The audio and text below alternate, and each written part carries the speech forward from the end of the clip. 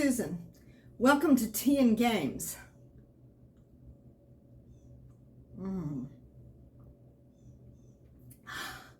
Yeah, let it cool off a little bit so that I'd actually be able to drink it on camera and not, end up starting the video by screaming because I've scalded my mouth. The tea today is salty caramel pumpkin black, which you may think, why would you do that to a perfectly good tea? And that's kind of what I thought when I first saw it, but then I tried it and I thought, oh my God, this is amazing. I must drink this every fall. It is good. It is just wonderful. Anyhow, it's a appropriate tea because, as you can tell, it is fall here. Yes, it is. It is what we are calling fall here in Texas, which is something that kind of sort of approximate falls on certain days. If you get up early enough before it warms up. Anyhow, because the weather has been so very, very nice, we've been outside doing gardening stuff on weekends instead of playing games. We are casual board gamers and we mostly just play games on weekends. And I am mostly making these videos just to keep friends and family who are also board gamers up on what we're doing, and anyone else who wants to follow along. In a previous video, I said follow along with the madness, and we have madness tokens this time. Yes, we do. The tokens are from the first game that we're going to look at, which is Tides of Madness, which is a Cthulhu-based game. Themed game, I should say, because, it's just kind of like every game has got to have a Cthulhu-themed version of it. I mean, that's just kind of a thing, apparently. It's like, oh, we've got a great game. Let's make a Cthulhu version. So that's kind of a thing, and it may not actually just be for Halloween. But this game is a re-theme of a game called Tides of History, which I have not played. It is an 18-card game, which is kind of interesting because that is the exact number of games that button shy games are. Although the cards for this are bigger. Let me see. Yes, here are some of the bigger cards. See, they are bigger. Also, they have marvelous artwork. Which one did I show you? I just picked a random card there, so I didn't even know which one I was showing you the artwork for. They are very nice indeed. For like horror-themed artwork, they are indeed very nice. I would like to know if anyone out there knows whether or not this game started off as a candidate for a button shy game, because of that whole 18 cards is a highly specific number of cards for a game to be thing. And I know that button shy does, they do have competitions for new games. So I was wondering if possibly this was a runner-up in some, or rather the predecessor to this, Tides of History, was a runner-up in button shy competition or something. I kind of wonder about that. 18 cards is an interesting number, as they say. This is going to be a closer look at the cards. Note the tendrils on the left side of the card, of the left card. Those tendrils denote madness, and you need to try to not have 9 madness over the course of 3 rounds, which is the whole game. If you or your opponent, because this is a 2-player game, if you or your opponent have 9 madness during the game, then you lose. Game over.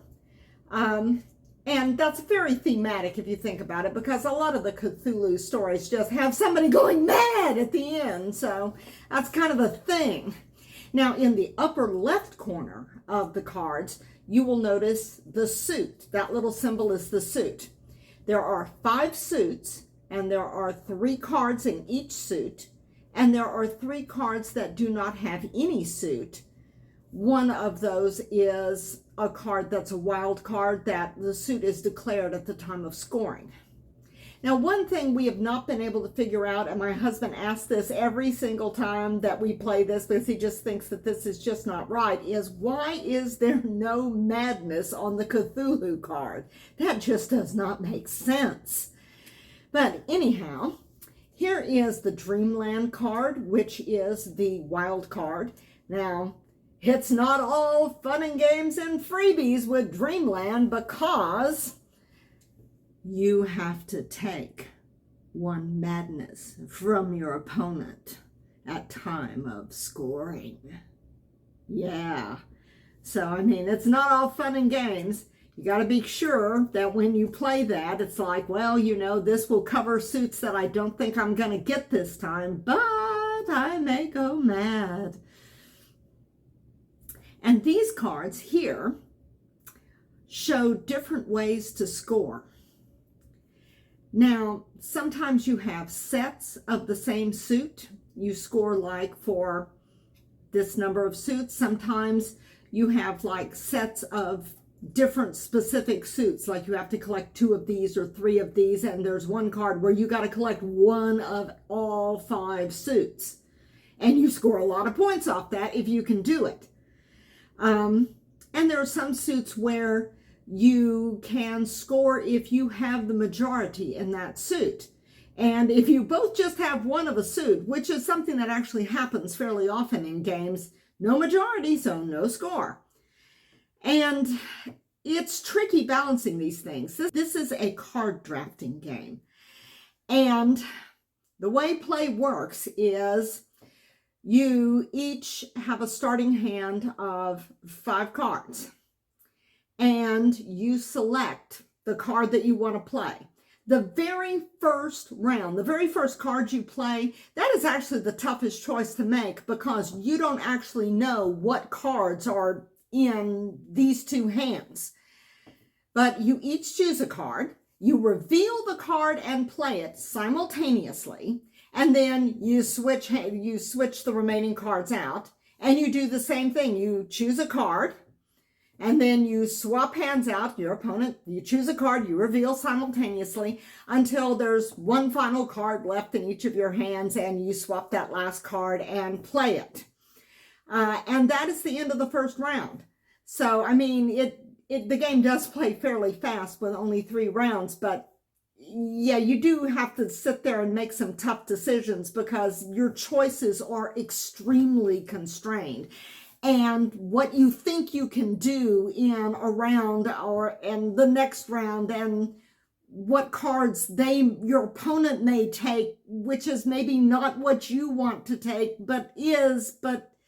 and hate drafting will not always serve you in this because you have so very few cards to choose from in each round that if you concentrate on depriving your opponent, you may end up with zip.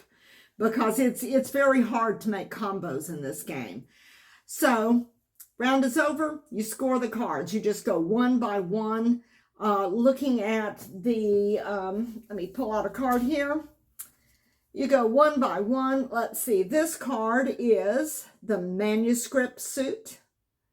And you will get, oh, this is the one where you get 1 point for each madness token you have. So that's not actually a good example. I'll get to that one in a minute.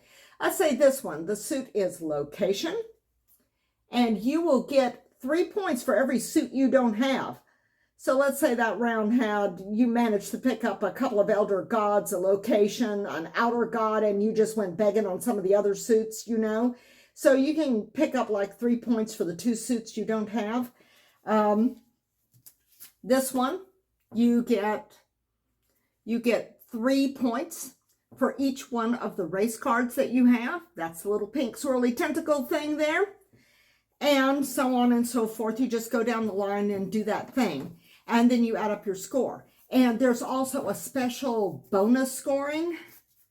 Remember the madness? Well, first of all, before you start scoring, you count up the cards that have, remember these? Tentacles. Tentacles. And you get a madness token for every card in that hand that has tentacles that you played. So then, whoever has the most madness tokens at scoring they have a choice. They can either take a bonus 4 points or they can discard a madness. Now, if you don't, and it's only the person that has the most madness in that round.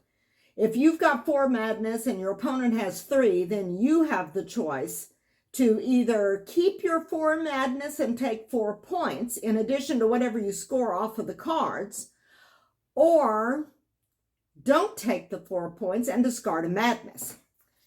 And at the end of the round, you all pick up your hand of 5 cards that you've just played.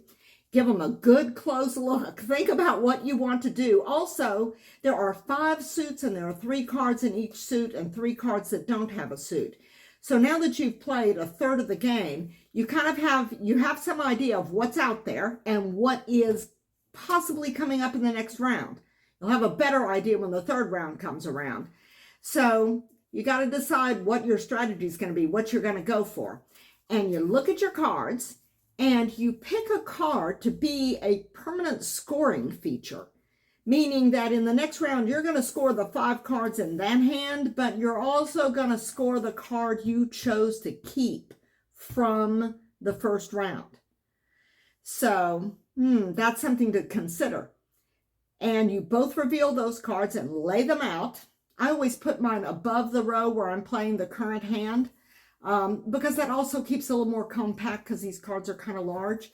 But the next thing you do when you're looking at that hand is you pick a card to remove from the game, and so does your opponent. I mean, there's been a couple of times where we both chose cards that had a potential for scoring a lot of points, and we both chose those to remove them from the game because we were both thinking, I don't know if I'm going to be able to get that card, and it's not the one that I chose to keep, so I want to make sure my opponent doesn't get those big points since I know I might not get them. And then sometimes you're just looking at it and going like, I think they may be going for Outer Gods because of the one that they kept, so I'm going to take one of the Outer Gods out of play, or I'm really going to go for this, and so I don't really absolutely have to score points off of that. So you got to consider what you want to permanently remove from the game and what you want to permanently score from. And then you play the second round, and before the second round starts, because you now only have 3 cards in your hand, you each draw 2 more cards, so you've drawn back up to 5. You play the second round the same as the first round, and choose 1 card at the end of the round. One with most in madness can still score 4 points or discard a madness if they wish to. You look at your cards, choose one to keep as a permanent scoring thing, along with the one plus the one from the first round, and one to permanently remove, and then you each draw the last 2 cards in the deck and play the third round, after which, and you score the third round going card by card to see if you've got met the scoring conditions of each of the cards, the 5 in each hand plus the ones that you kept from the previous round or rounds, and then you add up your total from the 3 rounds. And this is all assuming that nobody hits the magic number 9, because 9, if you come around to scoring and you've got 9 madness tokens, and assuming that your opponent doesn't take one of those madness tokens, because, where was Dreamland? Yeah, the Dreamland card here. Wild card. You declare the suit at scoring, not when you play it. But you take a madness token from your opponent. So you could keep your opponent from going bust playing this, basically. Or you could go bust yourself playing this, because 9, when you write down those scores, game over, you've lost. And let me see. Oh, yes, this was the Necronomicon, which I showed you earlier, pulled out randomly here. You can score for madness. If you want to play a very dicey game, 1 point for madness, the maximum madness you can have without losing is 8. If you can play this late in the game and you've racked up some madness and you can keep from going bust, then you can get a lot of points off of this. 8 points is not inconsiderable, because there are going to be some of these things where, 3 points for each race card, and you're looking at this and you're going like, I don't have any, because my opponent got the only one that was dealt this time. So these things happen. There are some times where you can't make whatever combo you need to make to score off a particular card. You're not always going to be able to do that. But it's a fun little game. It plays very, very fast. The artwork is lovely. Lovely, lovely artwork. And scary artwork. So appropriate for Halloween if you want scary. And madness. You could go mad. Yeah. Or your opponent could go mad, which is, I must admit, much better. And that is Tides of Madness. Oh yeah, there are cards. Some of the cards have special scoring conditions besides the ones that I showed you. Like for instance, Innsmouth. I think I may have an insert for that. Innsmouth. You get points for each suit you don't have. Shub Niggoth, it doubles the points of the previously played card, which sometimes, if you can get that at the right moment and play it at the right time, and your opponent doesn't suck up that card, then you can do really well off of that one. We've never gone mad in this game. We've gotten very, very close. There is kind of a push your luck element to racking up those madness tokens. But this will show you how the layout looks like at the end of the game. I think this was the picture I'm showing here is the end of the last game that I played. It's small, it's fast, it's fun, and it's one of the games that we've been playing lately, along with Gloom in the previous one. And the next one we will look at is going to be Silver Amulet. Yes. Here is Silver. This is the first of a series of collectible card. Well, not collectible card. There's a series of games, and each deck is self-contained, but the decks can be mixed and matched. This is the first one. It is sort of retroactively called Amulet because it's got the amulet right there. And it's got the amulet right here. What this does in the game is you can place this on a card and it protects that card, meaning your opponent cannot screw with the card, even if they get a card that says you may screw with your opponent's cards in some way. And so that's a handy thing to have. Different versions of the game have different little symbols that do different things, just as different versions of the games have different characters with different abilities. Here are the character cards for Silver Amulet. Now you can mix and match the decks of this game. There's Silver Bullet, Silver Coin, and Silver Dagger. And each have different characters, each have different abilities. And you can swap cards from one deck into another deck and swap out cards to make a custom deck. The only thing is you must have 2 zeros, 2 13s, and 4 of the other cards.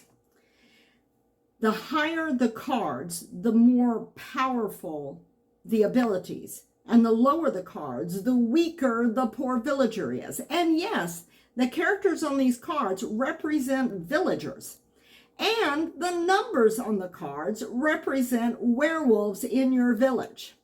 Although really no werewolves appear. Like you're not gonna like deal out a werewolf card. Although I don't know. I think in one of the decks there may be a wolf man. It's not in this deck though. But generally speaking, no werewolves in this game. The whole object of the game is to have the fewest number of werewolves in your village. So you are trying to get rid of high cards in favor of getting low cards. And there's some player interaction because there are some cards where you can look at an opponent's cards or swap out a card. And here's the thing, you're not even allowed to look at your own cards, not all of them anyway. You lay out your cards and you're only allowed to look at 2 of them. They're all laid out face down, and at various points in the game, you may discard a card which will give you the ability to look at one of your face down cards or to turn one of your face down cards face up, or if you take a card from the draw deck or the discard deck, you can swap it out with one of the cards that you've got laid out in front of you, which represent your village. And the whole idea is to have the least number of werewolves, which means the weakest, puniest villagers with the lowest numbers of cards and the weakest abilities. It makes no sense. Why would you want weak villagers if there are werewolves running around? The theme doesn't really play out very well in this, in my opinion, particularly since you really have to look for those werewolves. You will see werewolf symbols on the cards if you look carefully. They're like hidden in the clothing or tattoos or capes, or there's some in a crystal ball, but you kind of have to look for them. The werewolves are not terribly conspicuous for being marauding in a village and everything. But it is a fun little game, and it is played over the course of 3 rounds. And the round ends when somebody calls for a vote because they think they have the least number. They have less than 4 cards, less than 4 villagers, and they think they have the least number of werewolves. If they're wrong, the scoring penalty is heavy. If they're right, the scoring is very good. They get a 0, which is the optimal number of werewolves you want in your village. 0. So it's a fun game. It plays over 3 rounds. As I said, or is it 4? No, it's 4 rounds. The other game was 3. It's 4. It plays over 4 rounds. And each round is pretty much self-contained. Unlike the previous game where there are cards that may carry over from round to round and cards that are removed from the game.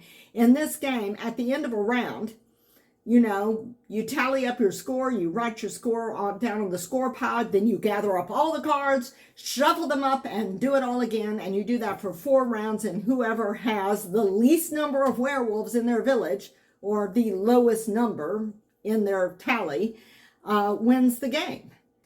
I'll tell you what I like about this game. Well, first of all, the thing that all board gamers go nuts over, we must do this first. The insert. See the insert? And the reason why it's done like this is if you want to separate your deck out by number for the different cards, then you can swap in and make your ultimate deck and slot them by number in each deck, and then that way you can open up the different decks and swap out the 2s or the 4s or the 13s or whatever, depending upon what you want to do. So yeah, I do like the nifty box insert. Every board gamer loves nifty box inserts. I like that it's easy to teach and easy to play. I like that it's fun. I also like that it has just a fantastically small footprint, particularly if you're playing at 2 players. If you're sitting at a really small table with one other person playing this game, I actually sat down and measured it out. You can play this game like in about a foot and a half, 18-inch square area for 2 players. And that's not bad at all. I mean, there are a lot of 2-player games, and I'm looking at you, Tides of Madness. They go across the table. So that is kind of neat, that it is very, very compact, not just in the deck, but also, and the deck does seem to be standard playing card size deck, but that it has a small footprint on the table. I like that each of the rounds are self-contained, so that you could just play, if you wanted to, just play a round. You could play this game modularly. I mean, seriously, if you just like in an off hour, like on your lunch hour, you play a round of this or 2 rounds or whatever, and then you pick it up and it's like, and after supper, you finish up the game. You could do that with this game because you pick up all the cards, reshuffle and redeal at the beginning of each round. So, and then it's just kind of arbitrary. They decided, okay, 4 rounds, that seems like a nice length of a game. We tally our scores and it's over. But heck, there's no reason why you would have to play 4 rounds of a game. You could play 1 or 2 or 3 or 6 or 10 or 100. Yeah, it's kind of like that. I mean, when you play it, you kind of want to do 6 or 10 or 100. Whoa, cards are going everywhere. But it kind of reminds me of games that I played, card games I played as a kid, where we would use like standard decks of playing cards or something, and we would just like screw the rules until we ended up with kind of an infinite card game that we could just pick up and play, put rubber bands around the different stacks of cards, and then just play it again and just keep going as one infinite game. And it kind of strikes me that you might be able to do that with this game. Just have a running game. Maybe not tally total number of werewolves and keep like a ginormous number of tally. It's like, and after 6 months, we have 300,000 werewolves in each village. Nothing like that, but just keep track of like tally wins and losses for each round. You know, it's like, okay, and after 10 games, you know, we have 5 wins for you and 5 wins for me. And after another 10 games, I've got 8 wins and, and you have 12 or something, you know. You could totally do that if you wanted to. I kind of like the fact that this game, it's like really intense but fun and kind of casual but fun, and just, I think you could do a lot of things with this. I do think that this particular deck, and I don't really know, I can't speak to the other decks, but I do think that this particular deck would be a little bit, I don't know, repetitive if you played it over and over and over again, at least for this deck. So I'm thinking that if you really, really love this game, and this is the first time we've played it for a while, if you really love it, then you might want to get some of the other decks which have different abilities and different characters, and swap in the numbers of different cards and swap them around and make different unique decks out of the game and play that way with your own custom-made deck. And I could see making a deck that played like really great for a 2-player game, because some of the decks have abilities that would just kind of be meaningless in a 2-player game, and maybe have another deck that's going to be the deck that you play with all of your friends kind of deck. So there is that. But it is a very fun game. I don't think, considering how inconspicuous the werewolves are in these villages, that this game would have to be a Halloween game per se. My little jack-o'-lantern here agrees with me. My pumpkin-headed playing partner, at least for today, for filming. But yeah, these 2 games are the ones that we've been playing lately, along with Gloom. And we're going to get out some board games for our future gaming this Halloween. We've got both versions of Horrified, so that will be coming up. And it was really great talking to you. I'm getting a little better at zooming in on the focus, but I have trouble holding it for the camera in just the right way. But this has been TN Games, and this is what we've been playing. And I will make a playlist just for what we've been playing, because that's going to be a lot of our posts, or what's hitting the table on weekends. Have a happy October, and we will see you again very soon with more games. Bye!